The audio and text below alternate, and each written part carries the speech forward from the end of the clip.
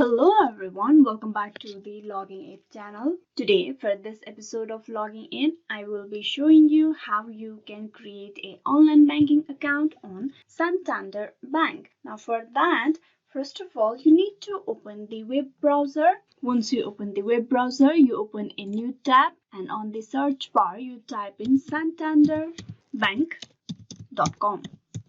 and press enter. This will direct you to the official web page for the Santander Bank. Now, for you to create an account, you need to click on the login option on the screen over here on the right side. Click on it. Here you will be able to see a extended box where you can log in for your account. As we are going to register a new online banking account, you need to click on first time user enroll now. You click on this option. This will direct you to the another web page for you to get registered for the online banking. Now here for the first step, you need to provide the identification option. For that, click on drop down menu and you have two options, your account number or your ATM, that is debit or credit card. Then you will type in the 4 last digits of SSN and then click on continue. This will move forward to the second step, that is the verification. You need to verify your account details and your personal information. Then there will be the third step for creating an account on banking.